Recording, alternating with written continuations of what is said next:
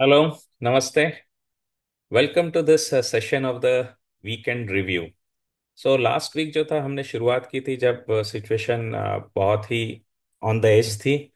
और काफ़ी हद तक जो हमारी सपोर्ट लेवल्स थी निफ्टी में उनमें ब्रेकडाउन आया। सो मेनली ये ब्रेकडाउन आया था थर्सडे के दिन। लेकिन फ्राइडे को उन्हीं लेवल्स के ऊपर निफ्टी ने बहुत एक अच्छा बाउंस दिया है। तब देखते हैं कि ओवरऑल इस हफ्ते में निफ्टी के लेवल पे क्या हुआ, बाकी के मार्केट कैप्स क्या कर रहे थे, और यहां से फिर से कौन सा सेक्टर है जो हमें बेटर लग रहा है एक अच्छी रिकवरी प्ले आउट करने के लिए। तो वो आज हम देखेंगे इस वीडियो में, जो कि है हमारा वीकेंड रिव्यू। मेरा दूसरा वीडियो भी आज रिलीज करूंगा मैं, कोशिश अगर टाइम मिला तो, नहीं तो कल सवेरे या कल शाम को, जो स्पेसिफिकली फोकस करेगा ब्रेकआउट स्टॉक्स के ऊपर और वो स्टॉक्स जिनका रिजल्ट बहुत अच्छा आया है। ठीक है। तो अभी चालू करते हैं इस वीक का हमारा रिव्यू ऑफ द मार्केट्स।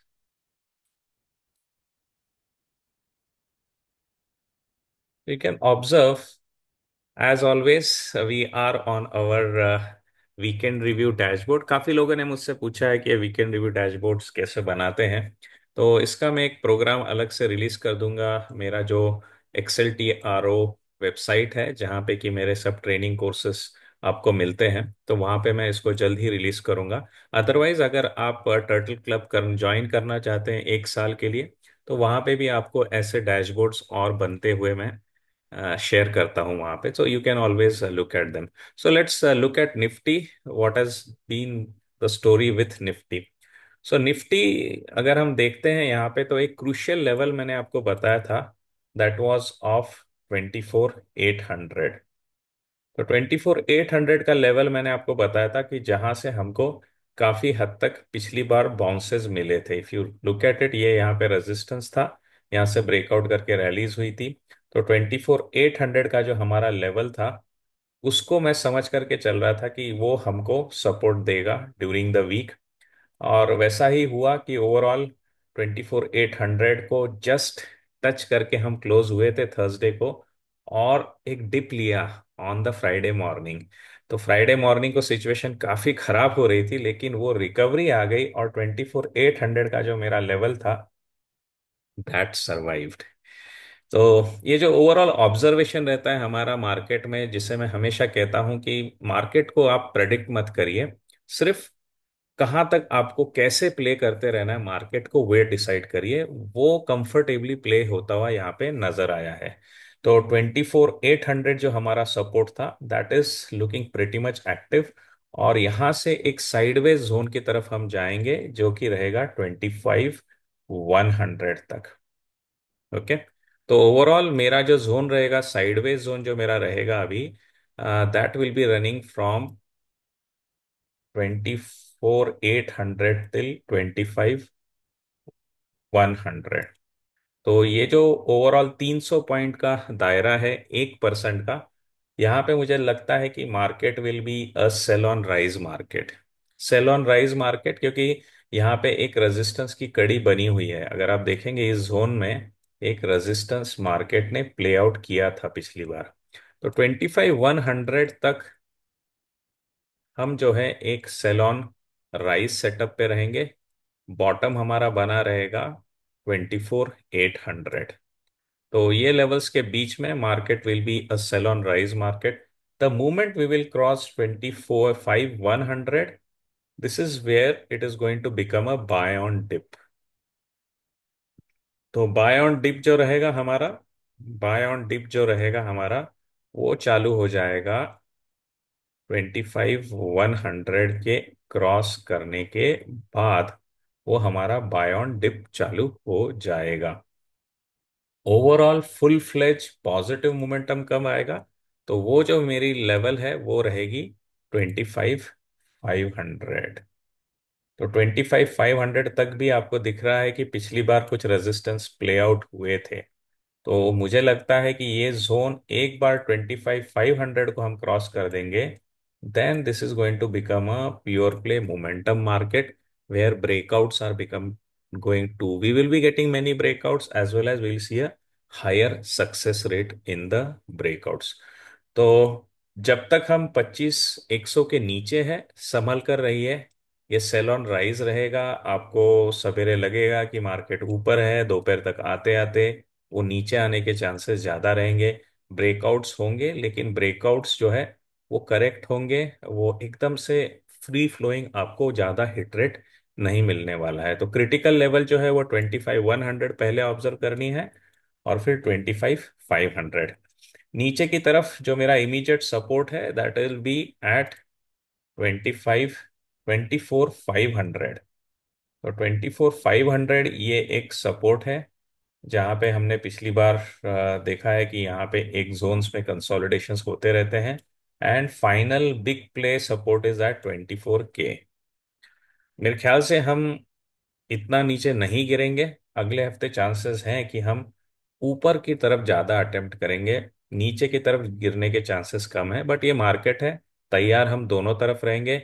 जैसे ही ये 24 800 के नीचे आएगा, याद रखना है, जैसे ही ये 24 800 के नीचे आएगा, यहाँ पे हमको नया पोजीशंस लेना बंद कर देना चाहिए या थिन कर देना चाहिए, क्योंकि अब रिस्क बढ़ जाएगी। स्टोरी यहाँ से खराब होने के ज्यादा चांसेस हो जाते हैं।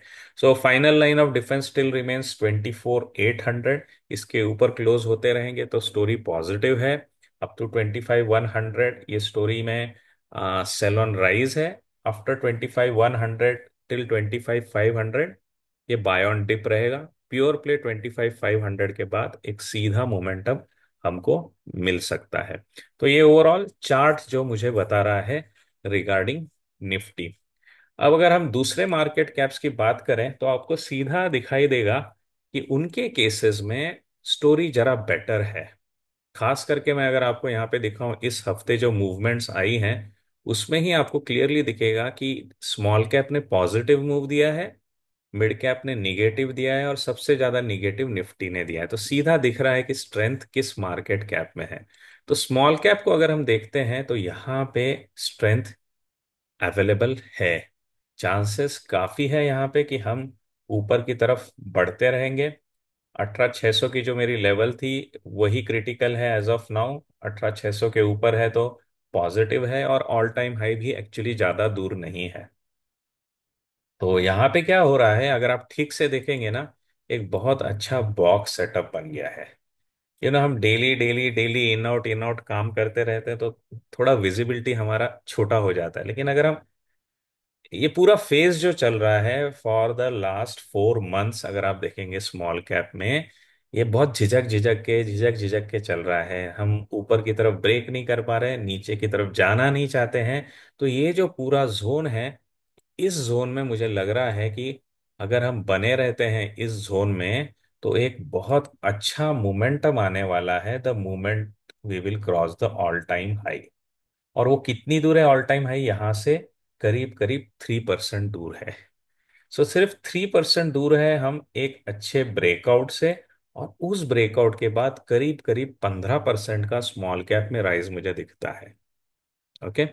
तो स्मॉल कैप की सिचुएशन बेटर है, और भी बेटर हो जाएगी सिर्फ अगर ये किसी तरीके से और 3% क्रॉस करके निकल जाए आगे। और 3% का उसने जर्नी कवर किया तो it will be all time high. And looking at the consolidation which has happened for last around 4 months, this is going to be a place to look for good move for at least 10 to 15%. तो small cap में more positivity is there. Story is valid till we are above 18K।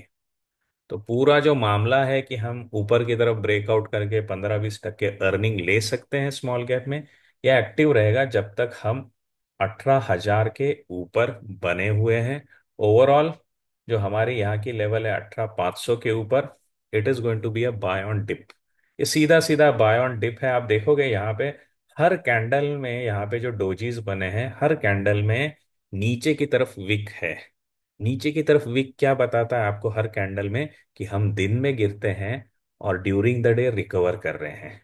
तो हमेशा Wick किस तरफ आ रहा है वो observe करिए। अगर विक नीचे की तरफ आ रहे हैं तो क्लियरली बता रहे हैं कि हम बाय ऑन डिप स्टेज में हैं इन case of small caps with in 3%। we will be in a blue sky zone that can give us a 15% move. That is what is looking like in small caps. Story is valid till we are closing above 18K. Okay, कोई भी चीज market में होगी करके मैं guarantee नहीं देता हूं। प्रोबेबिलिटीज हैं, प्रोबेबिलिटीज के बारे में बात करते हैं, और वो प्रोबेबिलिटीज कब तक है उसके बारे में बात करते हैं। तो प्रोबेबिलिटीज हैं कि हम और 3% से ऊपर जाएंगे तो 15% रनअवे रैली मिलेगी। बट ये प्रोबेबिलिटी कब तक जिंदा है, कब तक वैलिड है? जब तक हम 18,000 के ऊपर क्लोज कर रहे हैं। Overall small cap is the strongest among all the market caps, remember this. And another beautiful thing is there that while this all is happening, there is a buy on dip happening in small caps, right? Okay. Let's look at mid cap. Mid cap are like still on the edge, but again, you will observe they are in a box. ये box है आपके mid cap का। Mid cap में थोड़ा सा struggle अभी भी है, क्योंकि मुझे ना ऊपर की तरफ विक्स दिख रहे हैं। अगर आप देखेंगे ना, यहाँ पे ऊपर की तरफ विक्स मिले हुए हैं। तो ऊपर की तरफ विक्स है तो मुझे ये सेल ऑन राइज भी दिखा रहा है, नीचे की तरफ विक है तो ये बाय ऑन डिप भी दिखा रहा है। तो ये साइडवेज जोन चल रहा है। 16,800 तक हम एक साइडवेज जोन में मिड कैप में बने हुए हैं। 16,800 क्रॉस करेंगे, यहां से एक पॉजिटिव मूवमेंट हमको मिल जाएगा। तो overall if I do a kind of window look in mid caps and small caps, things are looking better than the last week is what the sense I am getting in case of the Nifty mid cap setup. Okay, so this is how overall our setups and the idea about the market caps is looking for us. Now let us look on to the further in terms of sectorals, कैसा moves आ रहा है, sectors की तरफ कैसा काम चल रहा है। अगर सेक्टर्स का एनालिसिस करना है तो सबसे पहले देखते हैं कि इस हफ्ते किन सेक्टर्स में काफी स्ट्रेंथ आई है। तो यहाँ पे क्लियर आपको दिखेगा कि लास्ट डे का जो मूव था, that has happened in banking, private bank, bank Nifty, और साथ में यहाँ पे आपको दिखेगा पीएसयू बैंक्स। और पीएसयू बैंक्स चलने के कारण सीपीएससी में भी आपको फ्राइडे के दिन पॉजिटिविटी दिखी। ये था पूरा फ्राइडे का मूव। अब फ्राइडे के मूव के कारण क्या हो गया कि for the overall week bank Nifty has given the max gain, then Nifty financial services, then private bank and then PSU bank. अब मैं आपको ज्यादा कुछ बताऊंगा नहीं, सीधी सी बात है कि पूरी की पूरी स्ट्रेंथ जो मार्केट में आ रही है, जिसके कारण हमको निफ्टी खुद रिकवर होता सा दिखा, वो आ रही है due to the banks. So you can look at bank Nifty, private banks, as well as PSU banks. But इन तीनों में से अगर मैं आपको बताऊं आपको ध्यान किस सेक्टोरल मूव की तरफ देना है, तो मेरा तो जो थोड़ा जो प्रेफरेंस है ना, वो जा रहा है पीएसयू बैंक्स की तरफ। ओके, पीएसयू बैंक्स की तरफ मेरा प्रेफरेंस क्यों जा रहा है वो मैं आपको बताता हूँ। आप अगर बैंक निफ्टी को देखते हैं तो आपको दिखेगा बैंक निफ्टी का जो करेक्शन है ये 200 मूविंग एवरेज के ऊपर ही रिवर्स हो गया है। ठीक है, लेकिन पीएसयू बैंक्स में क्या हुआ है? पीएसयू बैंक्स में डीपर करेक्शन आया है। ओके, पीएसयू बैंक्स में डीपर करेक्शन आया हुआ है। इस हिसाब से अगर हम देखते हैं कि अगर हमें लॉन्ग टर्म सेफ्टी देखनी है तो प्रॉफिट बुकिंग निफ्टी बैंक में जल्दी आने के चांसेस हैं, क्योंकि पहले ही हम ऊपर से निकल रहे हैं, राइट? तो यहां से कुछ भी मूव आता है तो आपको प्रॉफिट बुकिंग जो है निफ्टी बैंक्स में जो है, तो निफ्टी बैंक का जो रिवर्सल आ रहा है वो काफी हद तक एक कंफर्टेबल लेवल से आ रहा है। कुछ डीप करेक्शन का आपको मौका नहीं मिला है, राइट? तो इसके कारण यहाँ से रैली भी चलेगी, वो हमको ज्यादा लंबी जाती शायद ना मिले। लेकिन पीएसयू बैंक में जो करेक्शन आ गया है ना, वो काफी डीप आया हुआ है। इसको ठीक से एनालाइज करना है तो हम आरएसआई इंडिकेटर भी लगा देंगे। तो आरएसआई इंडिकेटर पे आपको दिखेगा कि बैंक निफ्टी और निफ्टी के बिहेव पीएसयू बैंक्स के बिहेवियर में फर्क है। आप देखेंगे पीएसयू बैंक किसी भी टाइम ओवरसोल्ड हुआ नहीं था। ओके, एक तो ये कभी भी 200 के नीचे नहीं आया है, दूसरा ये कभी भी ओवरसोल्ड नहीं हुआ है। इसके कारण दूसरी तरफ पीएसयू बैंक्स जो है they have gone through a deeper correction. आपको दिखेगा हम ओवरसोल्ड भी हो चुके थे, और दूसरा है 200 के नीचे भी आ गए थे। ओके। तो यहाँ पे पीएसयू बैंक्स में मुझे एक डीप करेक्शन की रिकवरी, एक ज्यादा सेफ्टी नजर आ रही है if I want to take a shot towards a recovering sector. Okay, क्योंकि डीपर करेक्शन से हम आ रहे हैं, तो चांसेस हैं कि हमको आगे जो मूव मिलेगा वो ज्यादा लंबा मिल सकता है, क्योंकि there is a good gap to cover, so the rally can be better in case of PSU banks. अब पीएसयू बैंक्स में रिकवरी दिखने का और एक रीजन है, जो कि आपको आरएसआई और प्राइस के बिहेवियर में दिखेगा। अगर आप ठीक से यहाँ पे देखेंगे, तो आपकी प्राइस ने ना सेम बॉटम टच किया था लाइक द लास्ट टाइम।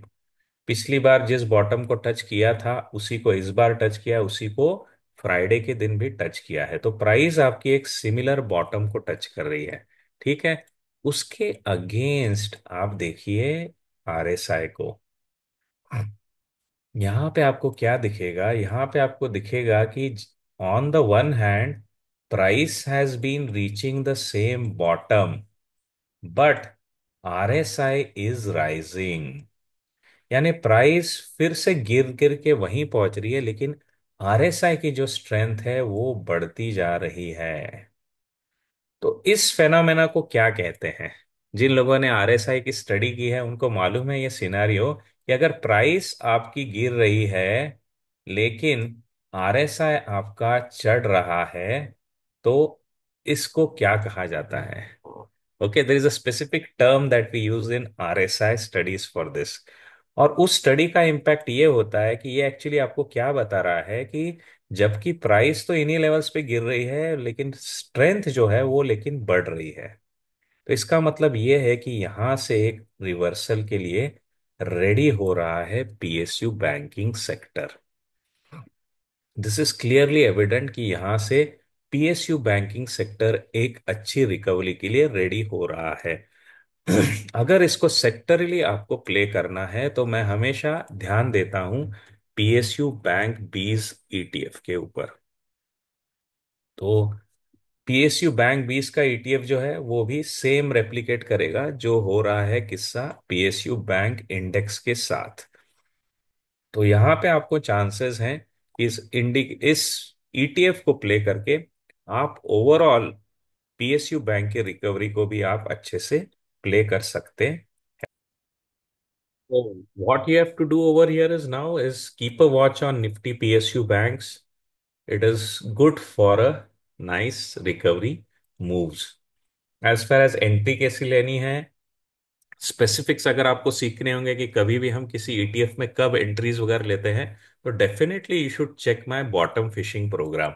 मैं स्ट्रांगली रिकमेंड करूंगा आप लोगों को कि go through my course bouquet, और उसमें जब भी गिरे हुए स्टॉक्स में या गिरे हुए सेक्टर में रिकवरी आती है तो उसको प्ले कैसा करना है, उसके लिए definitely you should go through this course. Okay, have a look at it. अगर आपको कुछ क्वेश्चंस है, क्वेरीज हैं, आप इसी ऐप का, इसका जो ऐप है मेरा लर्न टू इन्वेस्ट, उसके चैट्स में भी मुझे मैसेज कर सकते हैं। As well as I am always available on YouTube, you can put the query here below in the video, as well as you can always connect with me on the Twitter, right? तो PSU bank पे नजर रखिएगा। एक अच्छी सी safe सी recovery के आसार यहाँ पे नजर आ रहे हैं, और इसका और एक रीजन है। अगर आपको दिखेगा अवॉइड सेक्टर्स में पीएसयू बैंक आ रहा है, लेकिन सबसे बड़ी बात क्या है ना, उसका ट्रेंड जो है ना वो पॉजिटिव हो गया है। तो अगर गिरे हुए सेक्टर्स में मैं किसी सेक्टर को देखता हूं जिसका ट्रेंड पॉजिटिव हो गया है ना, वो है पीएसयू बैंक। तो ओवरऑल मोमेंटम खराब है, मैं जानता हूं कि वो उस लेवल पे नहीं है जहां से आप एक फ्री फ्लो नमक की तरह मूवमेंट्स मिलेंगे आपको, लेकिन एक स्ट्रेंथ आ गई है जो दिखा रही है कि यहां से हम एक एटलीस्ट प्योर सेल में से सेल ऑन राइज पे आ रहे हैं। तो धीरे धीरे करके राइज हमको मिलेगा यहाँ पे, और क्रिटिकल लेवल्स को क्रॉस कर देगा, तो that will become a perfect point two make an entry in the PSU banks. That is what my study is saying. No recommendation, right? I am not a SEBI registered analyst and an advisor. So this is all just my knowledge sharing that I'm doing with you guys. So this is the beauty of this dashboard ना, एक तरफ मुझे momentum भी बताता है, दूसरी तरफ trend भी बताता है। तो ट्रेंड पॉजिटिव हो गया है, मोमेंटम नेगेटिव है, and amongst all the sector which are avoid, this is the one where the trend has become positive. और बाकियों में अभी पॉजिटिविटी आनी है, तो we will still wait for them. Okay. दूसरा अच्छा सेटअप आपको दिखेगा वो बैंक निफ्टी का खुद का है। अगर आप बैंक निफ्टी को भी देखोगे इस शॉर्ट टर्म पीरियड में, राइट, एक मैं ले लेता हूँ करीब एक महीने का पीरियड। ओके। तो आपको एक विजिबिलिटी दिखेगी, यहाँ पे आपको एक ब्रेकआउट पैटर्न दिख रहा होगा। You can watch here one breakout pattern. आपको समझ में आ रहा है ये कौन सा ब्रेकआउट पैटर्न है? ये है हमारा bank Nifty by the way, and you can observe on the daily chart in a short term this is giving a breakout. What is this pattern? Again bank Nifty pattern आपको मुझे नीचे comments में बताना है। तो दो चीजें आपको बतानी है। एक जो है आरएसआई का जो कंसेप्ट है कि प्राइस आपकी गिर रही है लेकिन आरएसआई स्ट्रेंथ लेके ऊपर जा रहा है, उसको क्या कहते हैं। और दूसरा, बैंक निफ्टी में ये कौन सा पैटर्न बन रहा है। ओके। अब तो हो गई उन सेक्टर्स के बारे में बातें कि जो निगेटिव है और अभी हम रिकवरी को देख रहे हैं। लेकिन जो सेक्टर्स अभी भी हमारे हाथ में है उनमें क्या हो रहा है वो देख लेते हैं। तो उनमें सबसे इंपॉर्टेंट चीज आपको क्या दिखेगी कि ट्रेंड उनका निगेटिव हो गया है। So they are in a situation where there is a buy on dip possibility. Okay. यहाँ पे आपको टिपिकली सेल ऑन राइज दिखेगा, बट यहाँ पे आपको बाय ऑन डिप दिखने वाला है, क्योंकि मोमेंटम तो पॉजिटिव है, ट्रेंड निगेटिव हुआ है, तो मोमेंटम कभी कभी उस ट्रेंड को पुश करके ऊपर की तरफ धकेल सकती है। ये काफी हद तक पॉसिबल है। और उसी के कारण आप देखेंगे आईटी में हमको करेक्शन मिला। We will agree that okay, IT जैसा एक्सपेक्टेड था वैसा बड़ा मूव नहीं दे पाया, लेकिन वो उसी तरह बॉक्स में अभी भी अटका हुआ है। So it has not given up. Okay, IT has not given up, and I hope it will not give up because on the US side there's a lot of positivity coming. Business updates are looking good in the IT side. Even जो chip manufacturers है, one of the chip manufacturers in Europe gave a kind of a negative update on the prospects of AI chips. But the Taiwan semiconductors का जो result आया था, it is still showing that there is actually a demand uptick happening on the semiconductors business, which is into the AI, then which will flow into the IT. तो IT में till the time we are still above 41,500, we are active. Okay, do not worry, we are active over there. Results तो major अब तो आ गए हैं, Infy भी आ गया है, टीसीएस भी आ गया है। और एक बहुत अच्छा रिजल्ट आया है आईटी में, जो कि मैं डिस्कस करूंगा मेरे अगले वीडियो रिलीज में, which is about the 5 breakout stocks and 5 fundamentally great results. तो उसमें हम एक बिजनेस के बारे में डिस्कस करेंगे in IT which has given a very solid result during this quarter. Okay. So IT is still within the recovery mode, buy on dip mode. CNX Pharma is also similar. It is again standing at an all-time high block till the time 23, I think 22,800 is not knocked down. Pharma is active, IT is active, PSU banks is the recovery to watch, and overall banking finance is something which is well playing good play field for watching for a recovery. Metal के बारे में बात करेंगे तो ये as usual commodity है, तो इसका टिपिकल वोलाटाइल बिहेवियर दिखा रहा है। पूरी की पूरी जो मेहनत हुई थी अब उसमें से वो रिटेस्ट कर रहा है। यहाँ पे चाइना का परफॉर्मेंस क्रिटिकल है, चाइना में सॉप्स आते रहेंगे तो तब तक टाइगर जिंदा है, metal is still flowing above. As of now I would say avoid metal करते हैं क्योंकि साइक्लिकल है। Better let it cross its all time high तो फिर हम ट्राई करेंगे। And while otherwise we will be focused on holding our positions in pharma, holding positions in IT, and adding positions somewhere in PSU banks. Okay. So this is what it is looking about the sectors as well as the market caps. Now let's come to the overall market breadth. तो market breadth में मैं एक momentum facility यहाँ पे एक नया add किया है फॉर मॉनिटरिंग। तो ये मुझे ओवरऑल बता रहा है कि इस सिचुएशन में आज की तारीख में जो मोमेंटम स्प्रेड है वो निगेटिव की तरफ ज्यादा है, यानी बेयरिश स्प्रेड में ज्यादा स्टॉक्स हैं अभी भी। ओके। तो ये अराउंड वेनेसडे तक पॉजिटिव होने को आ गया था, but Friday and Thursday again it got spoiled. Friday को जो मूव था that has helped a lot on to the Nifty, has left a bit on small cap and mid caps, but overall momentum जो है negative की तरफ ज्यादा है। अगर ये क्रॉसओवर ड्यूरिंग द वीक मुझे मिल जाएगा तो आई B more than happy, and definitely I'll be sharing it on my Twitter handle, as well as if you come to my app, Learn to Invest app, there is always a news and update section where I give my all intraday updates, any news major updates on the markets, daily moves expectations। तो वहां पे भी मैं वो update कर दूंगा। Overbought cases भी अगर आप देखेंगे तो मार्केट ठंडा हो गया है, राइट। ओवरबॉट जो है आपके वो काफी कम हो गए हैं। ओवरसोल्ड ओवरबॉट जो है ये ओवरऑल काफी फ्लैट सा हो गया है। तो we are in an indecisive phase. Most of the stocks are hanging around 50 RSI. That is what is the feel I am getting from here. Okay. Let's look at some of the stocks coming from our bulls scanner strategy. तो bulls dashboard strategy जो है वो मैंने पहले ही video share किया हुआ है मेरे चैनल पे, आप देख सकते हैं उसको। इसमें से जो नाम यहाँ पे बहुत इंटरेस्टिंग लग रहे हैं और उसके कारण मैं उनके पैटर्न्स को डेफिनेटली चेक करूंगा, तो उसमें से एक है Netweb. Definitely you should have a look at Netweb. Now this is a very good stock, mainly into the which sector, you need to tell me. Netweb का जो रिलेशन है एक अपकमिंग हॉट सेक्टर के साथ है। हमने कुछ देर पहले उसकी बात भी की थी। What is that sector is something that you will have to tell me. So NetWeb is into one very hot upcoming new sector, I would say, and the setup is looking like a cup and handle pattern getting formed over here. So this is an interesting one। कहाँ से आया है? तो simple मेरा जो dashboard है bull strategy का वो इसको रिवील कर रहा है। और दूसरा यहाँ पे Mazdock is another good thing that I'll be checking. So Mazgaon DAC is the number two or three, I would say, in the defense sector in terms of potential to grow from here. It has gone through a correction, और आपको दिखेगा कि ये correction का जो channel है वो इसने अभी ब्रेक कर दिया है। So it has been able to break this channel and now is coming for a recovery. So do watch Mazgao DAC. So this is where you will be getting some good moves. So NetWeb है, Mazgao DAC है, ये दोनों तो मुझे इसी scanner में से, bull entry scanner में से आते हुए दिख रहे हैं, where you can look for good opportunities. JW is Jupiter Wagons and again coming from the railway sector.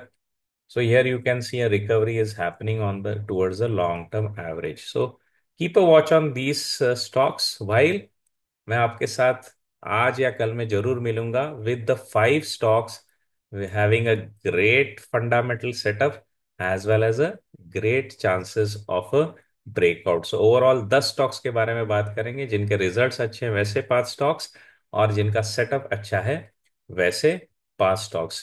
In the meanwhile, if you really want to learn how I am scanning the results, definitely you should look for my programs in how to trade breakouts. That is where we apply the best of our fundamentals. Remember, the platinum scanners about which I am discussing most of the time, the platinum quality of stocks that you can get, you will definitely learn about them in how to trade breakouts program, as well as more sharper platinum scanner is available in the Turtle Clubs program. So have a look at them.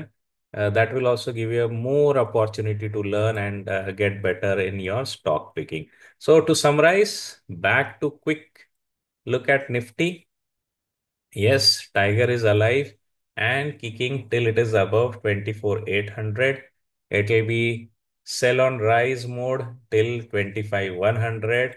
It will get onto the buy on dip mode till 25,500, and free flowing momentum above 25,500 is what we will see. On the downside, yes, if we break 24,500, selling is going to get painful, and the real support, long term or good mid term support, we will be getting at 24K.